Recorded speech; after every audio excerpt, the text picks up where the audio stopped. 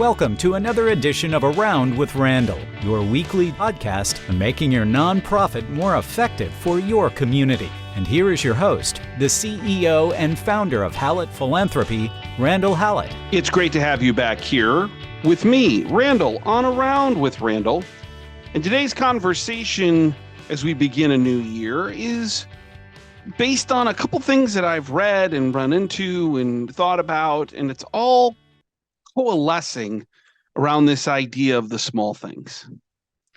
I think in life we look, in particular in philanthropy, and most particularly for those that are gift officers, and by the way, the numbers that we see from Giving USA and the trends in philanthropy indicate a push towards this, that the grand effort, the big input, the big effort overall is something we should all aim for.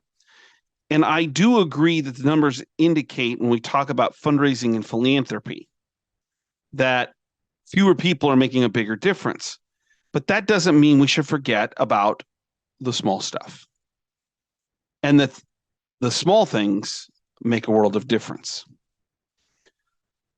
For context, let's talk about just a labeling of maybe some small things that make a big difference. And then let's jump into kind of the rationale of why, the science, and then the practicalities, the tactical of what things you can be doing that you might think is small but might have big impact. So a couple of things to think about when we discuss the idea of small things and their value. DNA is as small as you can get, but yet it is an enormous effect on criminals and crime and investigations, cases. In fact, recently it was DNA that brought to light and made the breakthrough of arresting someone in a major national case. Routines, small things in routines, you might think is small. In my routine, which I've talked about every day, I get up every day and the first thing I do is take a shower. Begin my day clean, and it's a routine. And it may seem small to you, maybe small overall, but it makes a big effect on me as I begin my day afresh and new. I have a dear friend and client who sends texts constantly about how I'm doing and what's going on in my family and the holidays and things of that nature. Very small effort, but huge impact on how I look at her, how I look at our relationship, and how I look at the world as being a place that cares. In the middle of our family activities, I try to, when it's very, big, do the little, in particular with my kids. Call them over in the middle of a big family gathering and just say, can I have a hug? Can I have a kiss? Or bring my wife flowers when there's no reason to, because that has impact. Small gesture, big outcome. Or I think about when I kind of review the amazing life I've had for a quarter of a century with my wife and 3 years of dating and 22 years of marriage, the simplicity of a touch on the elbow or a pat on the knee and small gesture, big impact. When we think about goals in life, weight loss or health, what you eat, what you do in terms of exercise are small inputs, but you create rhythm with them, routines, and they become big impacts. Or financial planning, the idea of compounding interest and you put in 10% of your paycheck may seem small, but in 30, 40 years can have an enormous impact. The small things make big differences. And yet the question we should be asking ourselves is why? Why are these small things so important? Well, let's start with the perspective. So this kind of moves into the psychology of all of this. What we view as small, someone else may view as big.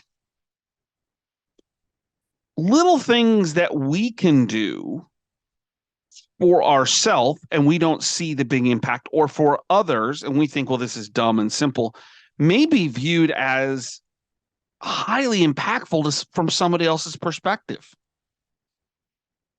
And I'll talk about a couple of examples in the tactical pieces here in a moment that might be helpful in how we look at our donors and our board members and our volunteers and those that are the most engaged with us.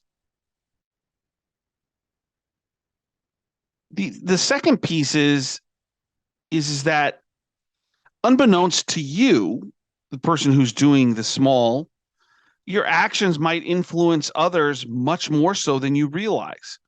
Or maybe you're the sole impact. As a child with older parents, I'm watching them go through a challenge or two, not much different than anyone else.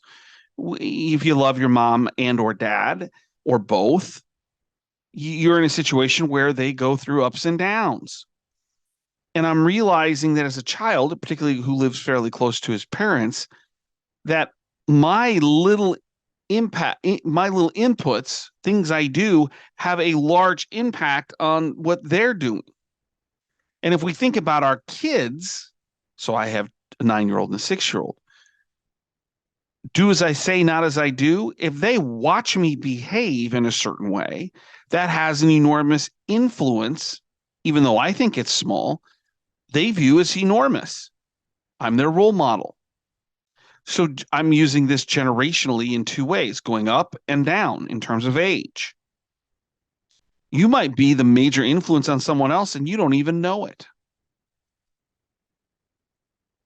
Number 3, small things in our own minds don't generate accomplishment. If we're trying to lose weight, I mentioned that earlier, exercise should be a part of that equation. But if I go walk, and in my world, I'm either walking in the complex around my office or at home down to Center Street and back, that's not a big accomplishment. I mean, I can do that in my sleep. But as soon as you do it, you don't realize its impact because it wasn't a big deal. It wasn't maybe on the checklist for that day. Or if it's on the list to do, it wasn't the major things you were trying to accomplish. And yet what we know is that if we do enough small things, it influences the outcome much greater than if we do one big thing. Unfortunately, our brains and our minds and the way we live our lives, we tend to remember the big ones, or at least we aim for them. I tell stories as a part of my life, professionally and personally, all the time. What I find interesting, if we go back to the way in which things aren't check marks, there are a couple of great stories, which I won't tell here, of me growing up where something my parents did had an enormous effect on the way I view life. And yet they were incredibly small to the way in which my parents viewed that moment. So small that they don't remember them. Whether it's something my dad said about the way in which he viewed and he wanted me to view the idea of who was in charge, and he wasn't talking about himself, he was talking about mom, to the way in which I owed a responsibility to myself, or to the way in which I view respect for women, or a million other examples which you probably can think of and go, gosh, that moment really sat with me. They don't view those moments the same because of perspective, number 2, but number 3, because they were small in the moment, but they were enormous in the outcome. Number 4 is that if we let a series of small things not get done or be hindered, they actually create what's thought of as a compounding effect. And it increases the challenge or the issue. Think about it maybe in this manner. If you save $100 per month starting at age 20, you'll have X number of dollars, probably close to $1 million, depending on the interest rates. If you save $500 starting at age 40, you won't have the same amount of money because you had 20 years of compounding interest financial. Those 20 years when you were 20, when you wouldn't have them when you're 40. The same is true in things to do, relationships, and things of that nature. How many of our friendships have diminished over time and have become compounded because we don't have as much interaction? We aren't doing the small things. The human brain is really not built or designed to understand the compounding nature of challenges or trouble. We're built more for the immediacy. And so we aim for the big things. And yet the series of little things compound in ways we sometimes don't understand.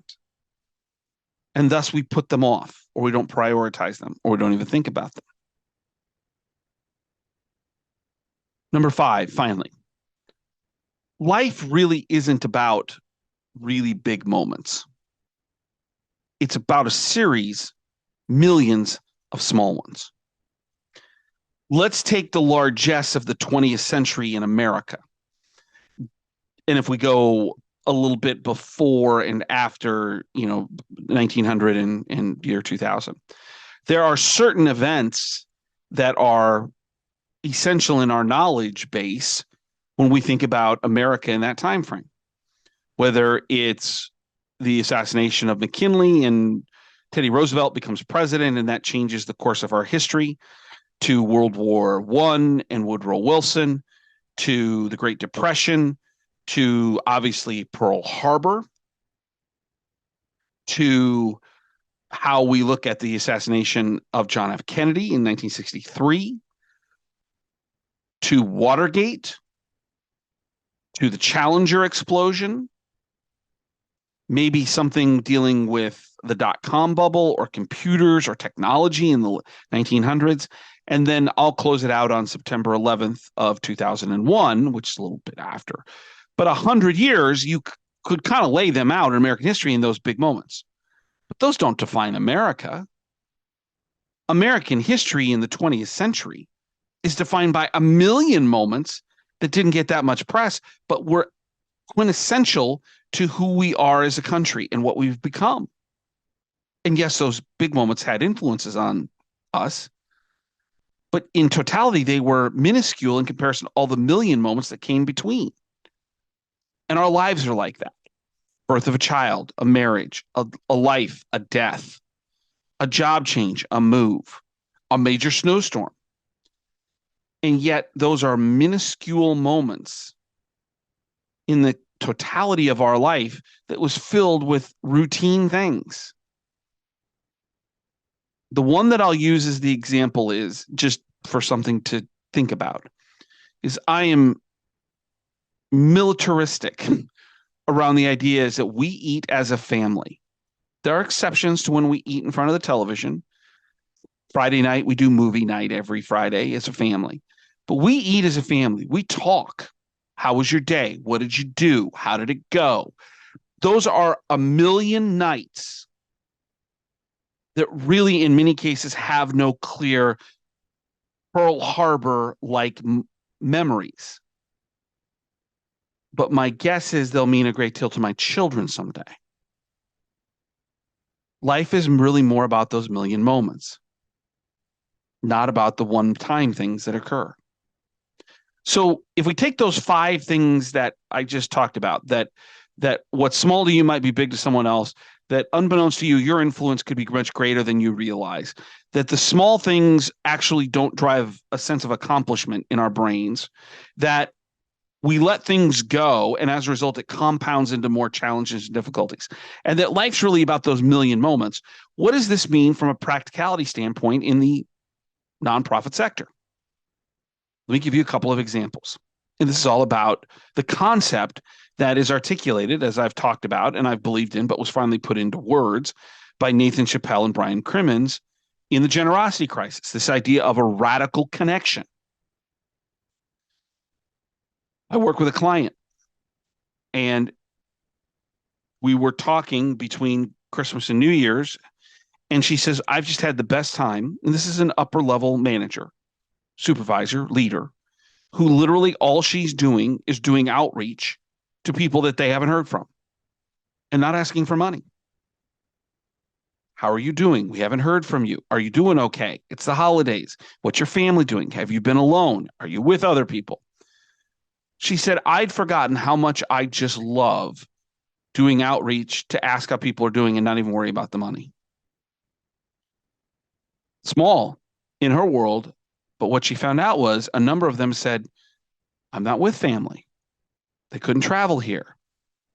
There was an airline that had a small problem, which we've all read about. My family couldn't get here. I was by myself. I can't thank you enough for calling. The genuineness, the small thing of just having all the gift officers just reach out to people was the right thing to do. It made a difference. Now, the other side of it is they found out, well, I need to make some decisions. I can't thank you enough for calling. You know what? I'm going to write you a check 5, 10 times what I've normally written at the end of the year because you didn't even ask me. Now, I think that's secondary, but we're in the fundraising business. We're a nonprofit. We need those kind of people. Think about that impact. The idea of handwritten notes and cards. I don't do this very well, in part because my handwriting is so bad. I make a joke, but there's some truth in it, that Mrs. Forsberg in 4th grade failed me for both handwriting and spelling. And I'm the first and only person in the history of Rockbrook Elementary to hold that distinction. But what is the value of a handwritten note?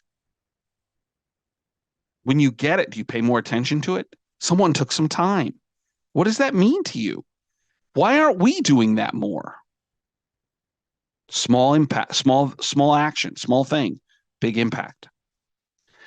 In terms of donor relations, there was a gentleman that I used to work with. He's passed on, so I feel more comfortable talking about it. But his name was Mike Harper. He was former CEO of ConAgra and RGR Nabisco. Mike, in his later years, I maybe once every 10 days would pick up a cup of soup from Panera, broccoli cheese, and some bread, and go over to his house, and he'd have Diet Pepsi. 2 of us, I would sit at his table and have lunch. His assistant sometimes would join us, Mary. His wife had passed away. Kids were around. Grandkids were around to some degree, but he just loved the camaraderie. We'd talk about business. We'd talk about politics. We'd talk about Omaha. And every once in a while, we'd get into conversation about, Mike, we'd like you to be involved with this. But there was a genuineness in our relationship. I deeply appreciated who he was and what he was doing for me as a friend, as a mentor. And I told him that as much as I could. I received a phone call out of the blue sometime between Christmas and New Year's. My wife and I had made a gift, and it was the number 2 at this organization calling me to say, I just wanted to call and thank you. I said, well, what's going on in the background? He goes, well, I'm actually on vacation with family at the beach in South Carolina, but I saw your gift, and I don't have much time, but I just was calling to say thank you personally. On vacation with his family, dropped what he was doing just to tell me he appreciated what I did. Small thing, big impact. The question that we have to ask ourselves is or should be, what is it that we can do that's small that may be big impact? And you just got a whole bunch of tactical examples. And they shouldn't be reserved for the end of the year. They should be continuous, constant. How do you create a sense of a genuine relationship, radical connection that's talked about in the book Generosity Crisis, that actually legitimizes the value you have with all of these small actions into someone else's life? And not because they can give money, but because that's who we are in the nonprofit sector.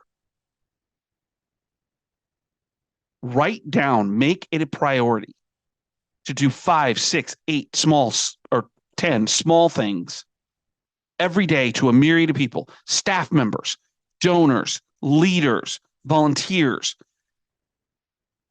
and you'll be surprised what happens. You're going to make someone else's life better, but you know what you're also going to find? You're going to make your life better.